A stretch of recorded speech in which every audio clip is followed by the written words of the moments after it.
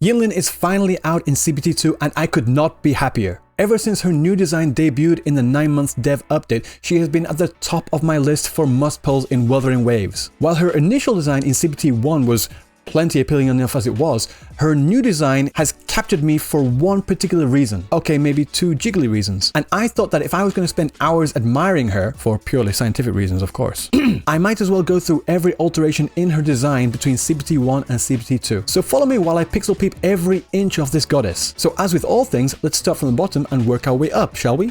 Phrasing? Her combat boots, once used to violently kick her puppet across the battlefield, are now gone. In their place, she wears a pair of sultry high heels. Yummy. The heels aren't as pointy as they are in the promotional banner art, but rather a flat heel base, which she uses to kind of grab onto her strings as she whips them around, attacking various enemies. Her kicks, which previously felt weighty with a particular thud, now have more of a whipping sound to them.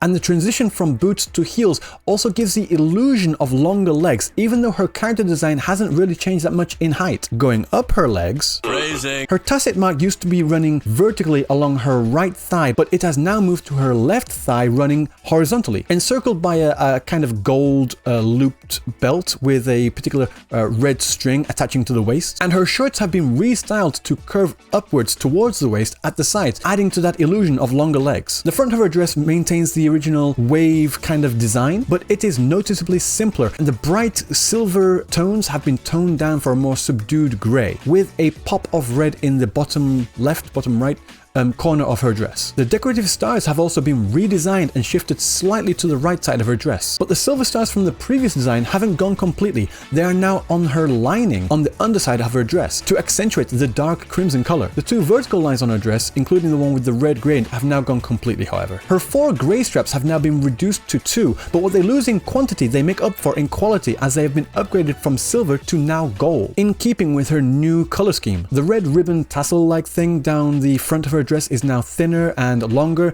and it also has a gold medallion at the bottom of it with a tassel of its own. Yo dog, I heard you like tassels, so I put a tassel on your tassel so you can tassel while you tassel. That's an old meme. Does anyone remember it? Please God say yes. I don't want to feel old. Before we proceed, did we cover all the changes to her dress?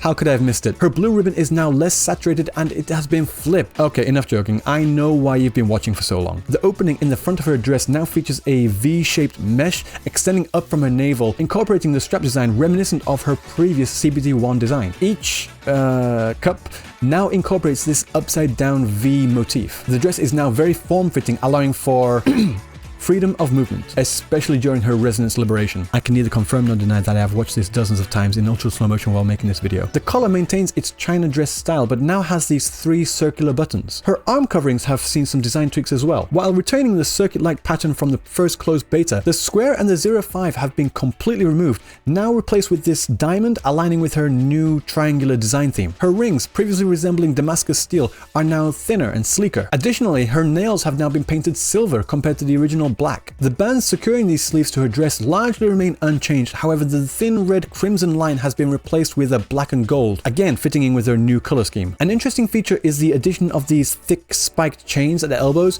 although the lore reason for this change is still unclear.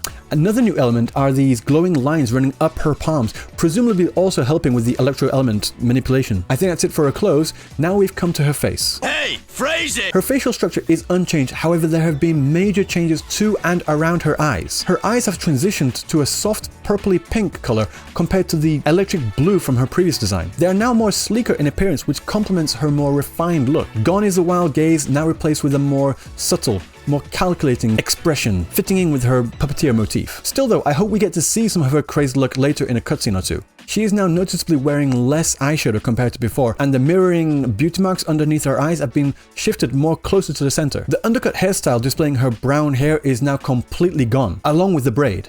What? What the? And instead of a flowing singular mass of red hair, it now flows down, then loops back up, and then back down again into 2 distinct parts. The hair tie has also been upgraded from simple wraps to now a bronze or gold metal clip. The hairpin is largely unchanged, however it is now black and it is slightly thicker. Replacing the cute little ribbon is now a headband, giving more dimension to her hairstyle. Also, her ears are now pointed, like I think she's been turned into an elf. Damn! which is cool. I love elf girls. So maybe there might be more elf girls like her in the future? A man can dream. And finally, the last thing I noticed is that her earrings have been swapped out from these thin, light strips of fabric to these bulbous, heavy looking ornaments. They must weigh a ton on her ears. The upside down triangular design fits in with their overall motif, but ever since I saw this one guy say that they look like butt plugs, I can't help but see it, and now you have to suffer with me too. And I think that is every design change that has been made from CBT1 to CBT2. If there's anything I missed, feel free to let me know. If you made it this far, thank you very much for watching. All jokes aside, I am not actually a degenerate Kuma fan gushing about his favorite anime girl with jiggly boobies. Maybe just a little. This video is actually just a challenge to myself to get myself more acquainted with DaVinci Resolve, doing things with like green screen and graphics and stuff like that. I'm a new creator on here, so there's a lot of stuff I need to learn and practice with. It would really help if you could give me some constructive criticism down in the comments below, things that I need to work on and what I'm lacking, all that good stuff, you know? Because to be honest, I'm just winging it out here. So yeah, thank you so much for watching to the end of this video. So until next time, I will see you in the next video. Peace.